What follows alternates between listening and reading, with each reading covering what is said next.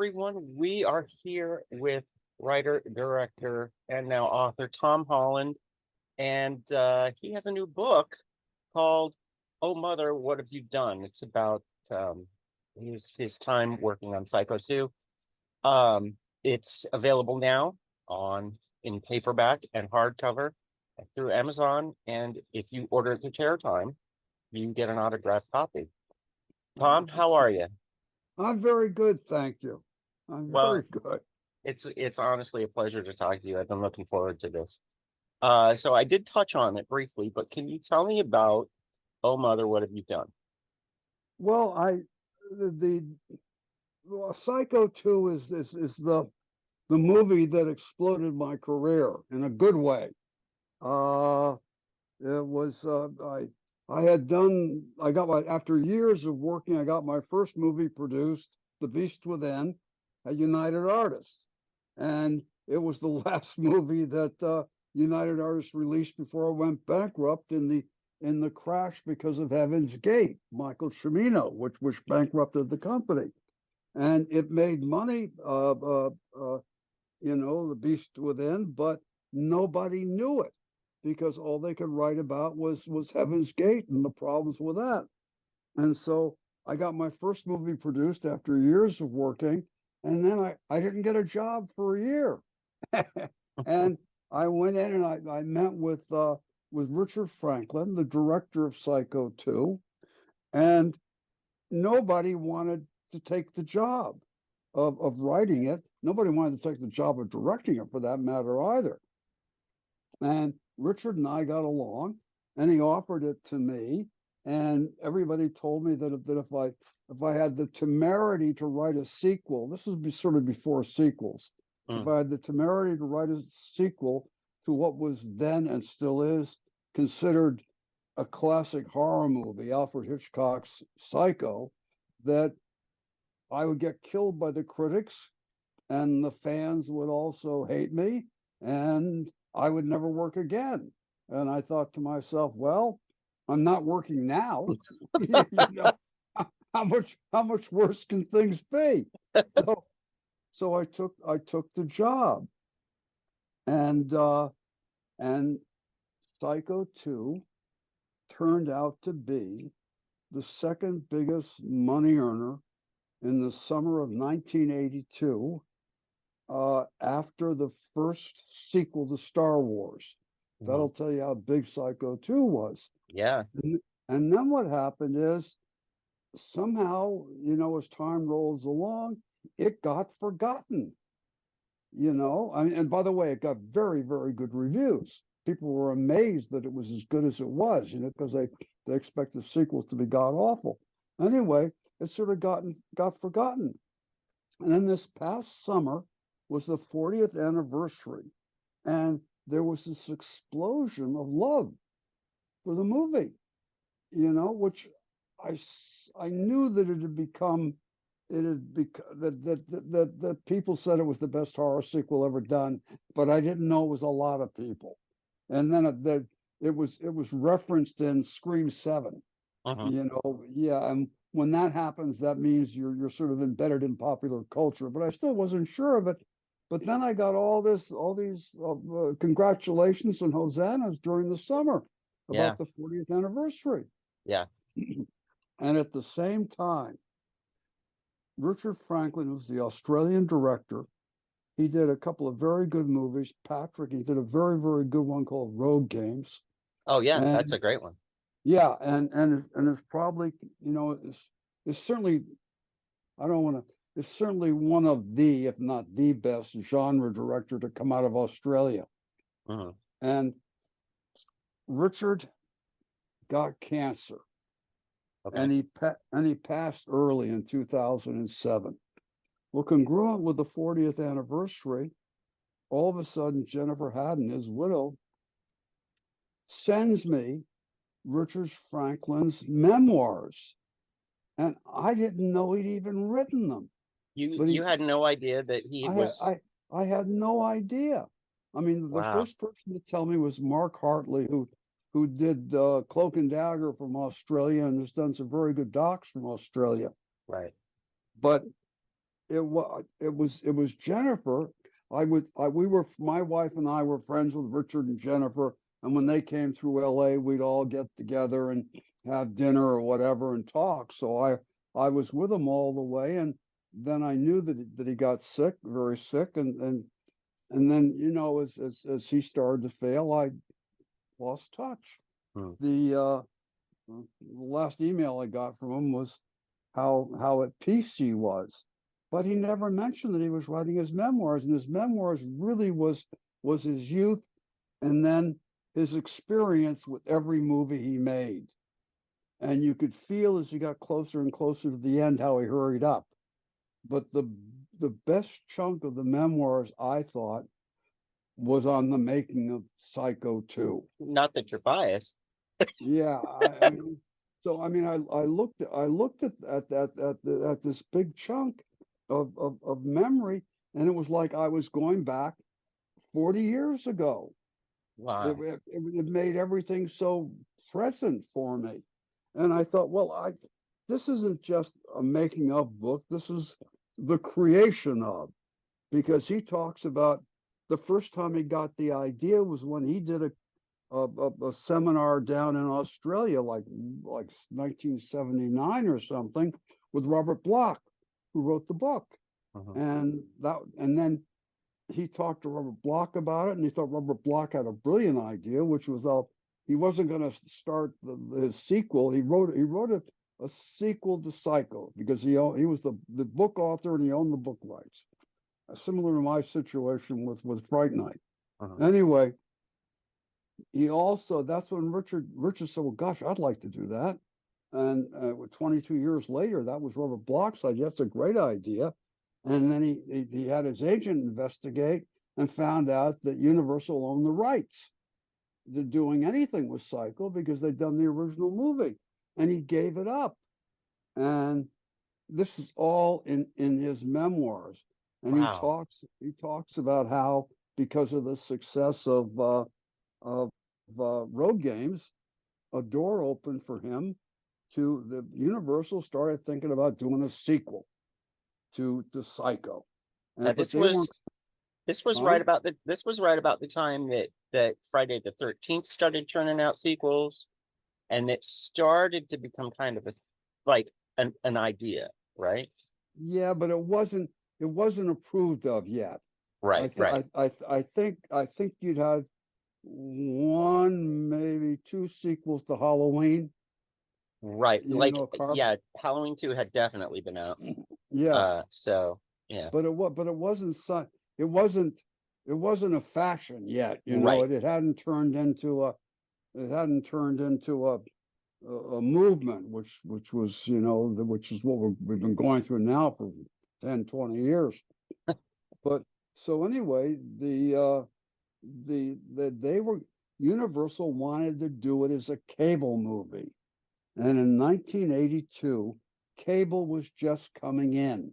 Uh, Okay, and it wasn't even as good a bet as doing a TV movie, a right. movie for TV, and Richard, of course, wanted to do a feature film, and he hired me. And what his his challenge to me was that I had to write a sequel that was strong enough, like actor's bait, to get Tony Perkins to come back and play Norman Bates. And Tony had turned it down a number of times. Oh yeah, Tony was very ambivalent about Norman Bates. He felt that he had been a young romantic lead before Psycho, and when he did Psycho and it was such a phenomenon, and he was so lauded for playing this mad serial murderer that he felt it in a lot of ways wrecked his career, Mm. because all of a sudden he wasn't the boy next door, that you could fall in love with as a teen girl. He was a potential killer, murderer, and he didn't want to do it again. So I had to figure out how to write a script that would make a brilliant actor, and Tony was a brilliant actor, say yes to playing a part that he, in a way, was very ambivalent about emotionally. And so that was the challenge, because what Richard and I knew was that if we got Norman Bates, if we got Tony Perkins to play Norman again, then we had a good chance at a feature film. And if we Okay. didn't have that, it was just going to be a crappy slasher sequel. They were just going to throw some other actor in there to, yeah, Yeah, that was, that was sort of what it was. man. And you can see, if you look at the producing credits on Psycho 2, at the very beginning, it's Oak Communications, which was the name of the cable company in San Diego that Universal had made a deal with to do the sequel with. Wow. Yeah, and then Wow. I'm patting myself on the back, but I was an actor for like almost a decade before I transferred to before I began writing. And I began writing because that was, at that moment in time, that was the way to get a chance at directing. This is in the backwash of Easy Rider in 1968, Right. which really kicked the doors open, The I could claim now they've been closed again for 20 years. But anyway, so much as where you are in at what historical moment in time, which you don't know that you're in that time. But Hollywood was lost after Easy Rider, and was looking for new voices and young writers, because the old genre movies were failing. They and then you had this incredible movie, Easy Rider, which everybody thought was going to be a D motorcycle film, turned out to be an absolute phenomenon. And then the appearance of a guy named Spielberg in a movie called Jaws, and there were a lot. All of a sudden, the whole business changed during the 70s, and that was still in effect in the very early 80s, which allowed somebody like Richard to come in to direct, and me. The and I What I had gotten out of watching Psycho was that Norman was sympathetic. He was a mad serial murderer, but you knew that somehow his mother had driven it to him. And if you could unlock the key to that psychologically and understand it, then you would have a sequel that Tony Perkins might want to play. Something that he could sink his chops into, just really interesting. And so that's really what I did. Was I said, well, look, he's coming out of a mental institution after 22 years, and he's cured, he's stable anyway, and he's desperately trying to hold on to his sanity. And not the best move, of course, but he goes back to the motel and to that Gothic house on the hill overlooking the motel. Don't ask me why. Well, I know why, because visually that was the strongest element of the original movie. Was that house and that image of mother in the window looking out and looking down. And I said, well, then I said, he's trying to hold on to his sanity. He's got a psychiatrist with him. And then these terrible things start to happen. And somebody's trying to drive him crazy again. Or is he crazy? And is he just going crazy? And I think I think that was key. Now that you mentioned it, I think that was key to Perkins saying yes, because there's so much there to play with. It gave him a hell of a character arc. Yeah. It gave him from being sane but very, very shaky in that sanity to going totally bat crazy at there's a tragedy, at the end, but you have these murders happening, and you don't know who's doing it, and he doesn't know whether he's doing it either. Right. He doesn't know. Oh, This is hey. This is Finian, named after an Irish saint. I love it. I Anyway, love it. anyway, my wife's Irish. Anyway, somebody somebody's trying to drive him crazy, or he is crazy, and that's the through line of the film. And he gets involved. He takes a girl in, a young innocent girl in, Mary, played by Meg Meg Tilly. Tilly, yeah. Yeah, and then there are switches and turnarounds. All toward about three-quarters of the way through, you find out that the sister of his victim, Vera Miles, thinks it was a travesty releasing him from the mental institution, and she's trying to drive him crazy again and put him back in the institution. And Meg Tilly is her daughter. Right. And so Meg Tilly is part of the conspiracy to drive Norman bat crazy again. But at the same time, Meg Tilly starts to care for Norman. And I don't mean in a romantic or a sexual way, just one human being She to begins to another. have sympathy for his Yes, situation. Yeah. yes, because she realizes that he's sincere and he is trying his best to stay sane. And he doesn't understand what's going on with the phone calls and the messages and the bodies that are piling up, Mm, you know? yeah. And it's a hell of a part that Yeah. that Norman Bates had, and Meg Tilly too, and Vera Miles playing the sister of Janet Leigh from the original movie. Reprising her role. Yeah. That's right. You have Robert Loggia. You have Arthur Franz, Bert Franz, the hmm motel, great character. Dennis Franz. Dennis Dennis Franz. Franz, That's the Dennis one. Franz. I mean, so it's a great cast, and I worked. I I had I had Richard's original shooting script. I got that from Andrew London, who was the editor. The only two that are left, the only two creatives that are left here are me and Andrew London. Mm, And I had Jennifer Haddon gave me the memoirs, and so I had Richards, and then every paragraph where he's talking, as Richard's talking about the experience, uh-huh. then I came in with a paragraph from my side, what I was seeing from my perspective as a writer. And then Andrew London came in and wrote a paragraph and corrected both of us because he's so punctiliar, he's so, he's an editor. So of course he's very, detail oriented. Right. And when you read it, it's like reading a symposium. It's like the three of us are sitting around, in front of a graduate film class or whatever, and talking about the creation of Psycho 2. And there are the photographs, but because, and we were able to use them because I had my photograph, my Polaroids and everything I took on the set.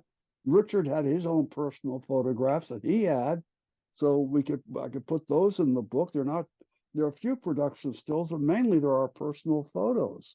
Right. And and it's it's a book about the making of a movie like no other book. This has to be one hell of a collection of creative, just the a collection of creative thought processes and choices and why you did what you did, how you did it. Um, I haven't had a chance to read it yet. I'd love to. Um, Please, because it was please. such a risk of a film. And there were things that could have gone really wrong, but they didn't, and How do you explain it? I mean, yeah, I mean, because I mean, I've written and directed enough films now that I mean, you can work your butt off, but you need a little bit of luck, or you need a blessing from above, mhm, and somehow everything works in Psycho 2. mhm, And I think it was because both Richard and I were so terrified you know. I mean, well, he had Alfred Hitchcock down to USC, and that was the very first time that Hitchcock had ever appeared at a university before a graduate film class. Oh, At that, this is like late '60s, I think that he had. Yeah, like late '60s. They hadn't filmmakers hadn't started to show up to talk to film schools before, and that was the moment in time when USC was just like 1 or 2 years after George Lucas had been there. mhm, So it was like the creative hotbed of film schools. mhm. And when I started, they didn't even have film schools. It was by the late '60s they started to have them, and USC was on at that moment in time was the best. And then of course later on UCLA came in, but it was the whole experience was I learned so much, and I think you can see so much of what I learned in movies like Child's Play, Mhm. which is the classic definition of suspense from Alfred Hitchcock, which is to say, Hitchcock said that that the most the strongest sense of suspense is when the audience knows there's great danger there, but the characters in the film do not. Mhm. And so the audience is waiting for all hell to break loose. And that's Child's Play, but that's also Psycho too. Do you ever Rich, go ahead? go ahead. Sorry. Do you ever expect maybe you'll write a book about Child's Play then? I have one out. Oh, you do. Yeah, it's called Child's Play, a visual memoir. But that's the birth of Chucky. What that has in it is my original treatment that got the movie green lit Okay. before I went to the script on it. Okay. And but I mean, from what I've seen is that people don't read a lot. Mhm. I mean, that means you have to sit. But if you read that, it's like 15 or 20 minutes, I guess, and it's just like reading a novel, that original treatment. And I have the photos in there, and the making of I had 11 or 12 puppeteers per shot on every shot of the doll, and how I Wow. had to design everything to hide them. But that still isn't the psychological insights that come out of "Oh Mother, What Have You Done?" Mhm. You know the you know and I tell you, even if you play Psycho 2 even today, it's just a terrific film and everything works. Oh no, it holds up. Y- I just watched it recently. It definitely holds up. Yeah, Now I I'd make that argument for Fright Night and Child's Play too, but well they do. People are still watching them and loving them. So it's amazing. When I was doing all of this, Norm, a film, you do a film, and then after 6 months everybody would forget about it and it'd mm, show up on TV, and that was sort of it. But nobody came around and came back on films that were 35, 38, 40 years old and said, "Oh my gosh, I've loved them." And the three films I'm talking about have been playing forever. mm. I mean, I get out there, I go to a horror. I don't go to very many, but I go to a horror convention on Fright Night, and I'll have 3, 4 generations telling me how much they've loved it, because Fright Night's become the horror movie that you show your grandchildren. I mean,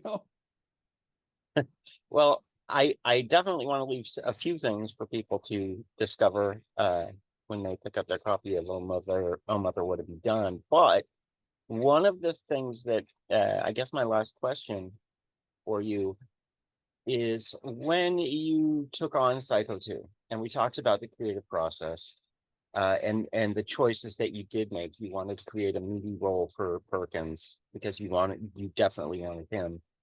But what well, were go ahead.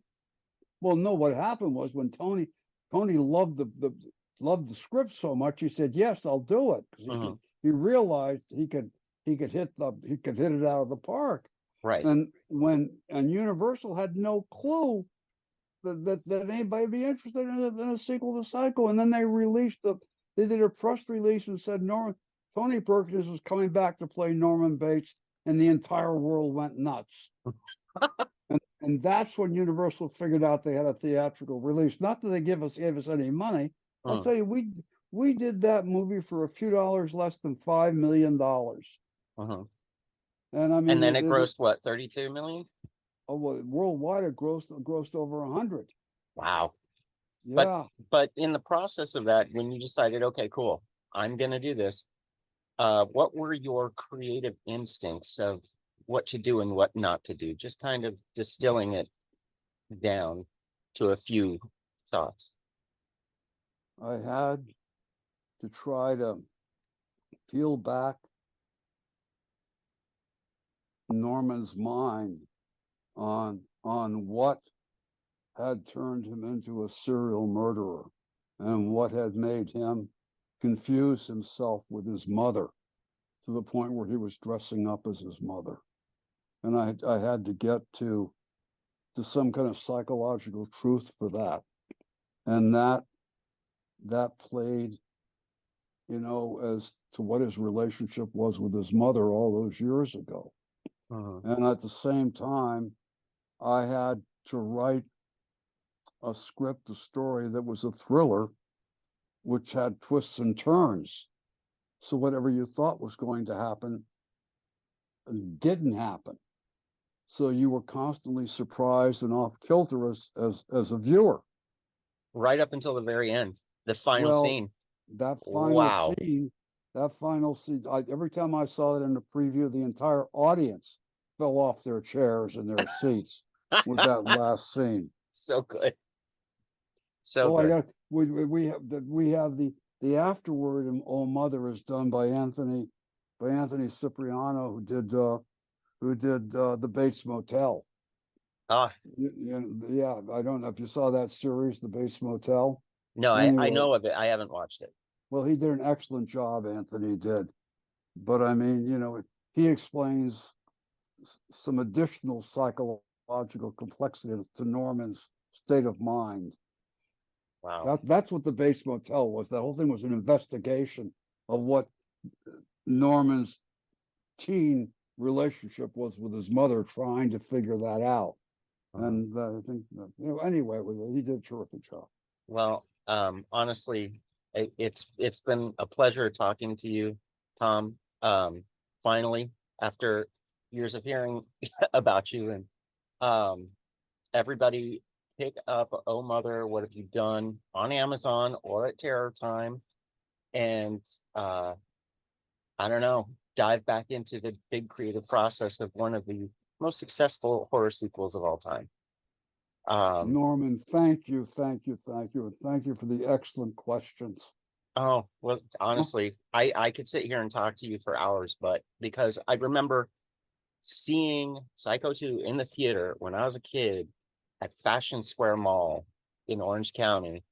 And Wow. and I've been there. yeah, and I saw it there and I was crazy about it. I loved it.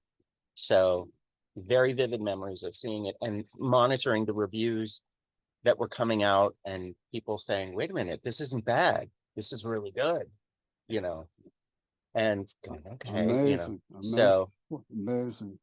Well, it's a pleasure to talk to you. Yeah, it's a pleasure here too. Thank you very, very much. All right. Well, yeah, we're gonna have to get together again because I would love to dive deep into this. And on any of my movies. Just you know how to get hold of me now. Excellent, Tom. Thank you so much. Thank you so much. God bless you and everybody else out there watching this. And read and enjoy, Oh Mother, What Have You Done? Bye-bye. Thank you. Thank you, Norman. Bye, Tom.